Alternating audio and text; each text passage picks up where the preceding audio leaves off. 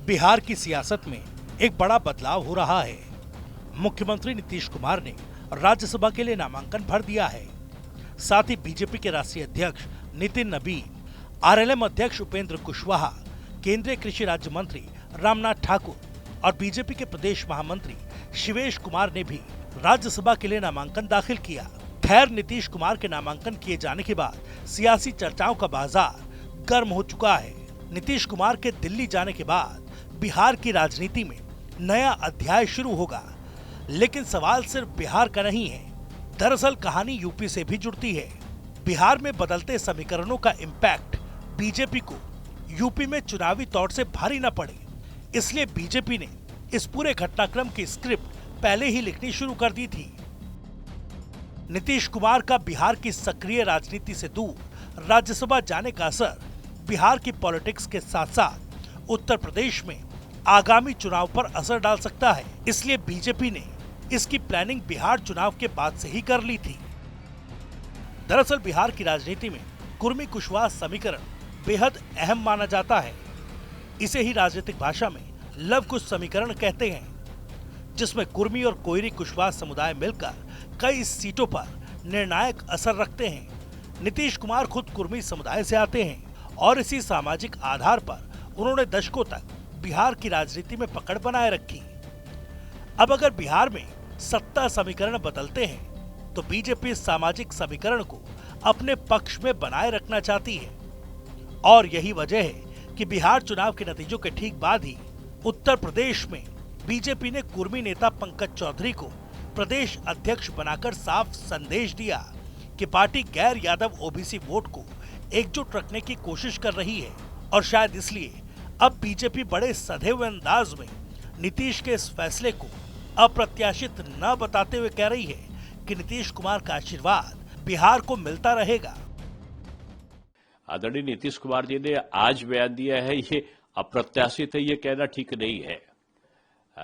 7-8 साल 10 साल पहले भी उन्होंने इसी प्रकार का बयान दिया था कि उस सब जो जितनी भी राज्यसभा को छोड़कर जितने भी लोकसभा, विधानसभा, विधान परिषद है उसमें वो जा चुके हैं और वो राज्यसभा जाना चाहते हैं।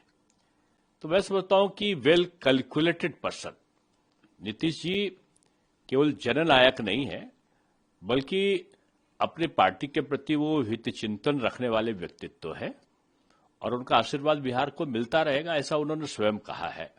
दरअसल यूपी में कुर्मी पटेल समुदाय करीब 7 से 8% माना जाता है। करीब 128 विधानसभा सीटों पर इसका असर है। यानी अगर ये वोट एक तरफ जाता है तो कई सीटों का समीकरण बदल सकता है। यूपी की राजनीति में कुर्मी के साथ साथ कोयरी, मौर्य, शाक्य और कुशवाहा समुदाय भी गैर यादव ओबीसी राजनीति की बड़ी ताकत माने जाते हैं। आंकड़ों के मुताबिक यूपी में कोयरी कुशवाहा आबादी 3 से 4% और कुर्मी आबादी भी लगभग इतनी ही मानी जाती है। यानी अगर इन वर्गों को एक साथ साध लिया जाए तो 10% के आसपास का वोट बैंक बन सकता है। 2022 के यूपी विधानसभा चुनाव में बीजेपी को ऊपरी जातियों के साथ साथ गैर यादव ओबीसी का भी बड़ा समर्थन मिला। हालांकि 2024 के लोकसभा चुनाव में बीजेपी की सीटें यूपी में घट गई और विश्लेषकों ने इसकी एक बड़ी वजह आंशिक तौर पर ओबीसी वोट का खिसकना बताया। जाहिर है बिहार से नीतीश के दिल्ली जाने के फैसले के इम्पैक्ट को यूपी में न्यूट्रलाइज रख इस वोट बैंक को साधे रखने के लिए बीजेपी पूरी ताकत लगा रही है।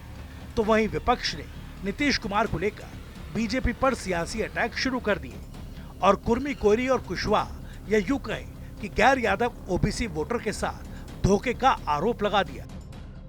ऐसा कोई सगा नहीं जिसको भाजपा ने ठगा नहीं। भारतीय जनता पार्टी ने नीतीश कुमार को मादुरो बना दिया है, वेनेजुएला का राष्ट्रपति बना दिया है।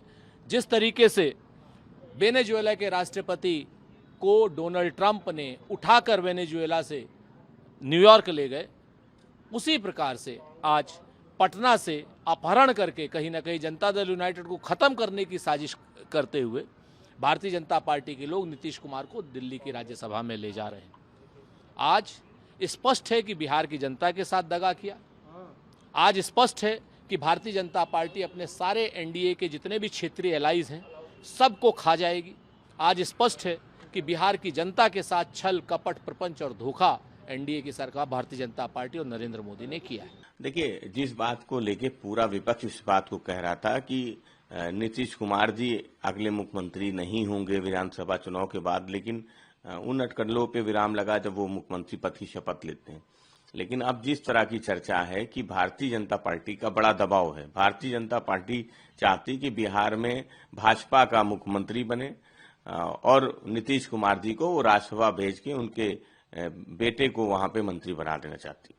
लेकिन समाजवादी पार्टी समझती कि बिहार में नीतीश कुमार जी के नेतृत्व में सरकार बनी थी, उनके नाम पे वोट मिला था, और अब भारतीय जनता पार्टी जिस तरह से पिछले दरवाजे से सत्ता हासिल करना चाहती है वो चिंताजनक भी है और बिहार के हित में भी नहीं है। खैर, बिहार चुनाव के बाद से ही बीजेपी कुर्मी कुशवाहा मौर्य जैसे वर्ग को लेकर यूपी में काफी सक्रिय है और उत्तर प्रदेश में इन वर्गों को साधे रखने के लिए पार्टी ने कड़ी कांटे कसने शुरू कर दिए थे।